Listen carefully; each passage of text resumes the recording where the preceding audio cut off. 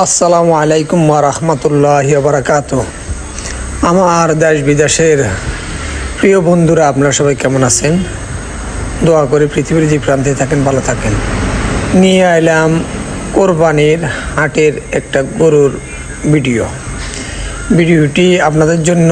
এটা হচ্ছে লক্ষণপুর বাজার, লক্ষণপুর মনারগঞ্জ থানা। এটা হচ্ছে লক্ষণপুর মনারগঞ্জ থানা। এই ভিডিওটি আপনাদের জন্য প্রাথমিকভাবে নিয়ে এলাম। আজকের প্রথম কোরবানি হাটের বাজার লক্ষণপুরের। দেখেন গরুর রাস্তার দুই পাশে গরু, অনেক ছোট বড় গরু উঠছে, তবে বেশিরভাগই দেশি গরু। আমাদের দেশি গরুই বেশি।